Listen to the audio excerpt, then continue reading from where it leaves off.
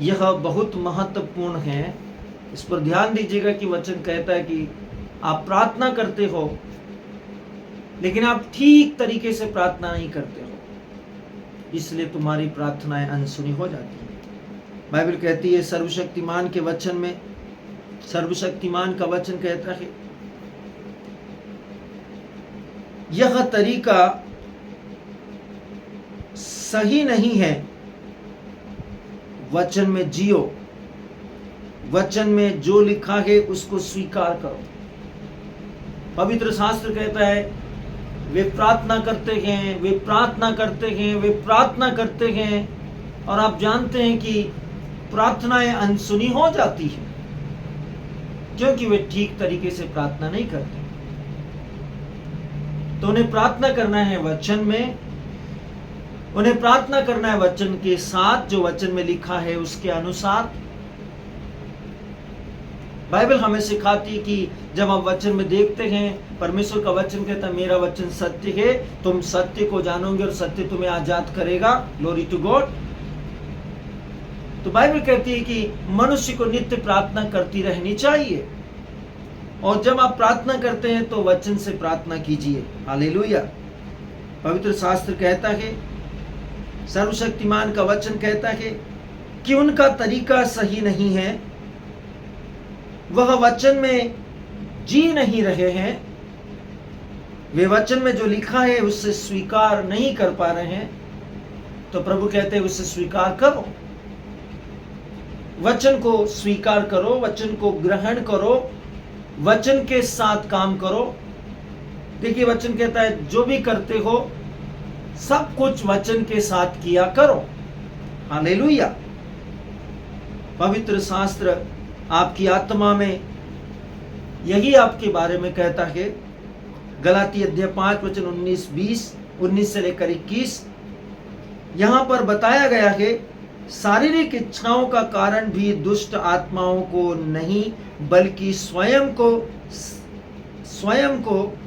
शरीर को बताया गया है। शारीरिक इच्छाओं का कारण दुष्ट आत्माओं को नहीं बल्कि स्वयं शरीर को बताया गया है। कई बार दुष्ट आत्माएं शारीरिक इच्छाओं के पीछे नहीं होती है, दुष्ट आत्माएं शारीरिक इच्छाओं के योजनाओं के पीछे नहीं होती है, होता है शरीर। क्या आप इसे समझ सकते हैं? जिससे यह स्पष्ट होता है कि समस्या बाहरी नहीं बल्कि आंतरिक है। शरीर के अंदर बाहरी समस्या नहीं है बल्कि आंतरिक समस्या है। यह समझना आवश्यक है कि इससे विश्वासी किसी भी प्रकार से हानि में नहीं पड़ता, क्योंकि समाधान दमन नहीं बल्कि प्रतिस्थापन है। समाधान दमन नहीं बल्कि प्रतिस्थापन में है। इसे अपनी आत्मा में समझिएगा। समस्या जब बाहरी नहीं बल्कि आंतरिक होती है, यह समझना आवश्यक है कि हमारे जीवन में, वास्तविकता में, हमारे आत्मा में, देह में, प्राण में चल क्या रहा है वास्तविकता में। इसे समझिएगा। एक विश्वासी होने के नाते किसी भी प्रकार की हानि में आप और मैं नहीं पड़ सकते, क्योंकि समाधान दमन में नहीं है। समाधान वहां नहीं है कि आप उसे परास्त कर दे, आप उसे हताहत कर दे, आप उसे डिफ्यूज कर दे, आप उसे फिनिश कर दे। समाधान वहां नहीं है। हालेलुया। बाइबल कहती है वह है प्रतिस्थापन में। आप उसे दे और उसके बदले आशीष ले ले। आप इसे देखिए, प्रभु यीशु मसीह ने क्रूस पर आपके लिए क्या किया। उसने आपके और मेरे लिए अपने आप को दे दिया और अपना शरीर देकर उसने हमारे पाप का प्रायश्चित किया, ताकि हमारी देह मसीह के देह के समान शारीरिक, मानसिक और आत्मिक रूप से रौंदी और कुचली न जाए। वे प्रतिस्थापन है।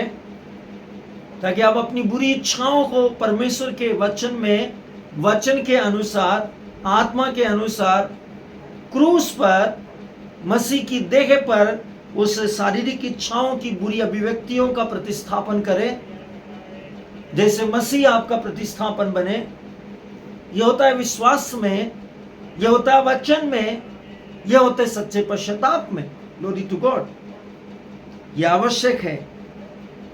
आत्मा में चलो और तुम शरीर की वासनाओं को पूरी तरह से कुचल दोगे, शरीर की वासनाओं को पूरी तरीके से दूर करोगे। गलाती अध्याय 5 वचन संख्या 16। Glory to God. यहां पर जोर शरीर की इच्छाओं को खत्म करने पर नहीं, बल्कि आत्मा में और आत्मा के द्वारा जीने और परमेश्वर के वचन के प्रकाश और सच्चाई में चलने पर है। मनुष्य हमेशा शरीर की आवश्यकताओं के अनुसार जीने का प्रयास करते रहते हैं। वे प्रयास करते रहते हैं कि यदि ऐसा हो जाएगा तो मैं ऐसा करूंगा, लेकिन आवश्यकता है कि आत्मा के अनुसार चले, आत्मा के अनुसार चले, ना कि शरीर के अनुसार। पवित्र शास्त्र कहता है तुम्हारा पिता जानता है तुम्हें किन चीजों की जरूरत है और वो तुम्हें मांगने से पहले प्रदान करता है। तो पिता जानता है कि आपको जरूरत क्या है, वे जरूरतें आत्मिक है।